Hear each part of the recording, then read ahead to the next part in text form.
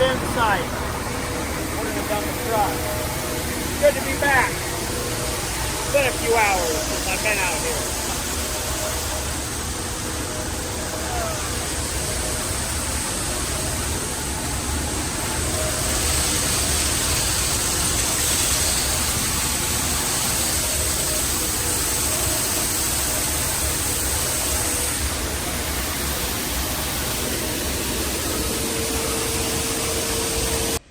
All right, timestamp document. For the last year, this broke down, has been hanging and dangling. Anytime I film myself in the Kenworth truck, I say I'm going to fix this, and then consecutive videos later, it doesn't get fixed, and I get comments. When are you going to just fix this light? It would only take 5 minutes, Kale. Well, I never have 5 minutes. Now I think I do, and I'm just going to fix it to quiet down you guys and your comments. I'll see if I can get this in here. Should we use a block of wood? There it is. Fixed. Don't look too close at my self-tapping screws. This is Ethan's favorite truck to drive. We will see if he notices nothing flipping around hitting you in the head. All right, job done. Now back to, let's find another job.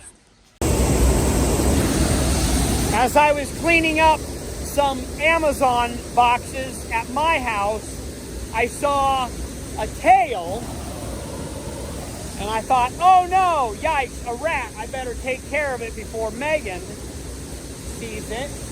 But as it turns out, it's not a rat, but it's a raccoon. So he's going to be our mascot today. It's an opossum, guys. It's not a raccoon. Come on. If you had your coffee, caffeine, water, eggs, didn't have any bacon this morning.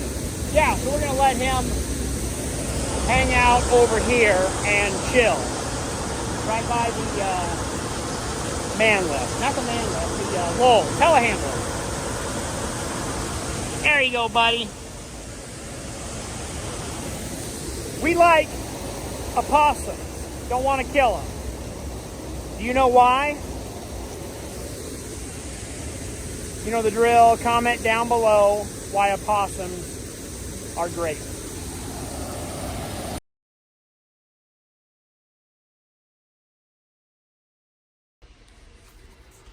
Have you ever climbed into your combine cab and find that your monitor was stolen?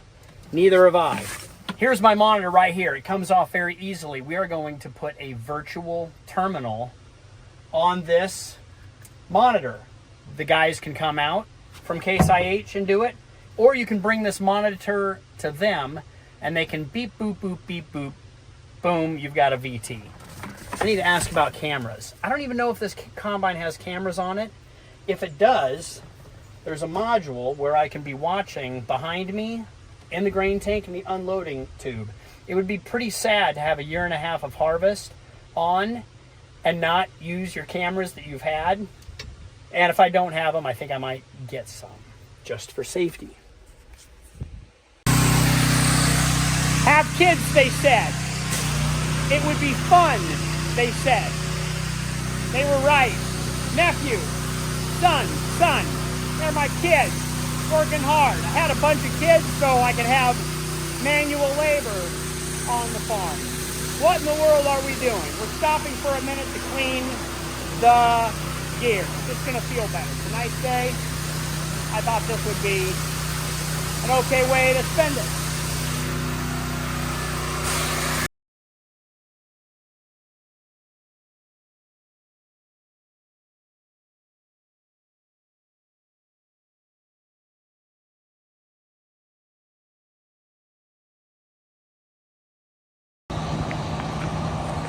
All right, off in the distance, we have the mighty 8250. On the front of the 8250, we have the Maya Corn Quest corn head. I'm gonna demo this thing. I've known the Maya guys for a couple years now. I get to see them at the farm show. If you guys are ever at a farm show, stop by the Maya booth. Great guys, really fun to talk to.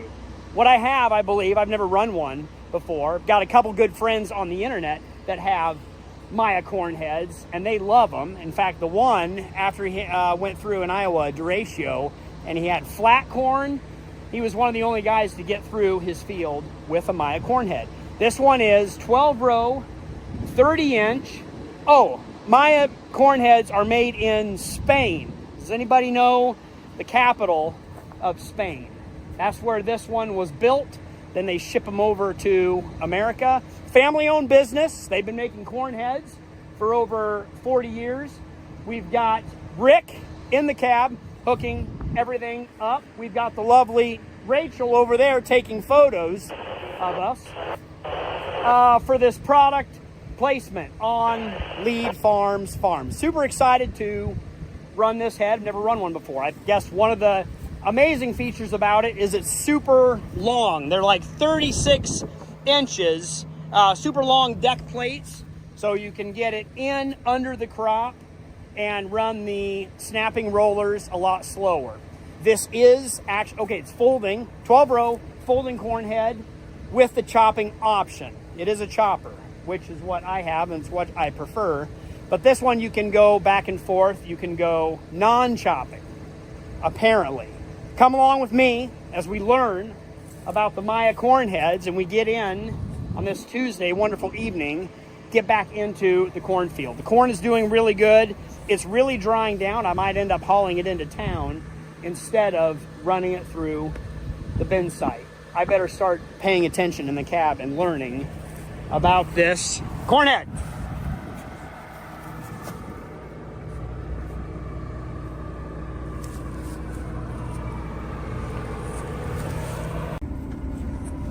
I always ask myself, is this the best time to start filming when I make my first round, or should I just poke around a little bit to figure out the head? I'm not sure. It'll be interesting this way, I think. One pass, everybody knows the rules. One take, you know, that we just get a live shot if this baby is going to work or not, if we are going to shell corn, harvest corn, pick corn. How do you guys say bringing your corn crop in? All right, here we are, way over here. Got the field open up. Should be relatively easy. Separator on. Head on. Here we go. Lower it down, speed it up. Oh man, that looks nice and flat.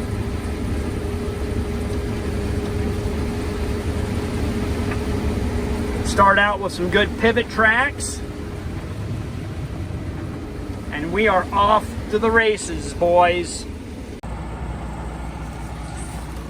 Poor Ethan is running solo, so he won't be able to keep up with some of this high-yielding Nebraska irrigated corn. But if you want to see the Maya corn head from on top of the cab, this is what one would see.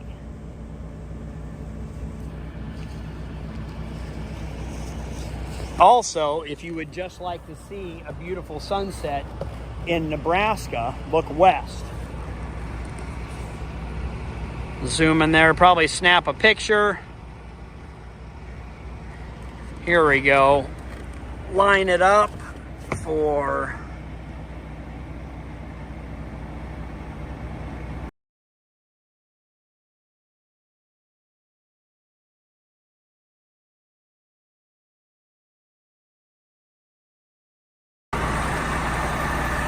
so one of the true tests of any corn head is header loss. So above where possible corn could come out the rotor, you walk right behind the corn head and look down on the ground here looking for kernels of corn.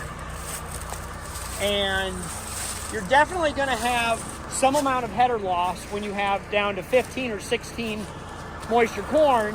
When the corn comes into any corn head, it will hit. And the nice thing about the Maya corn head is it's really flat and you can slow it down so you have less splashing and splattering of corn, so it takes it gently off the ear. I could probably pinch down these deck plates just a little bit in here. One of these deck plates goes in and out, so you want the deck plate to be small enough to take the ear of corn off, but large enough to let the stalk through, but small enough to capture all of the kernel. So doing a really fantastic job. Oh man, I can't wait to turn the chopping head on, but I love looking at these stalks.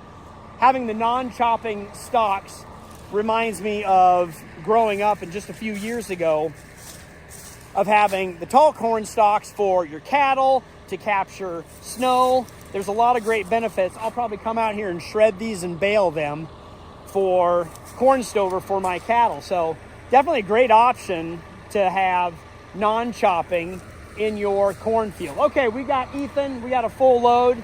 Now we can get going again. We don't have Adam, only Ethan running grain cart, so it's gonna be a struggle for him to keep up. But remember to enjoy harvest. Enjoy your evenings.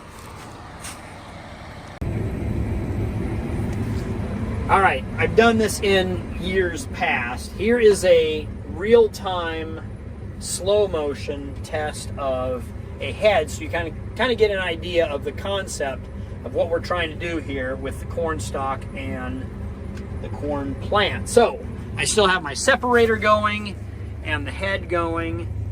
We will zoom in to about that much, and then I will just creep forward. Ignore that, my grain tank is full. We're waiting on Ethan again. But you can see the corn plants and the stalk. The ear is pretty high on the plant, so I don't need to run this head as low as I am, but you can.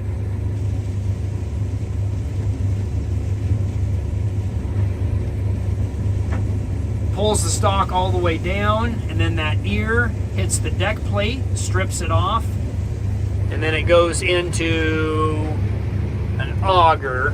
Well, there you can see it very well. Better not do too much of that, otherwise I can choke the combine, plug the rotor in the back, fill up the clean grain auger, and break the chain. Has that ever happened? Not before? to me. I've heard stories that you can do that if you screw around a little bit too much. I gotta say, one quick thought before we wrap it up this evening. We will be back tomorrow. I really like the... 510, do you want me to move out of the way? You're probably fine. I like the headlights, or hindsight. What do you call these lights that are on the backside? Reverse lights. Those are really nice and handy. I do have some combine lights down here. My older combine didn't. That's a really nice touch. I like that. Did I even respond to Ethan? Yeah, you're in good shape here. Which truck needs to be topped off? I should. Just the international, the back section. Got it. All right, we'll see you tomorrow.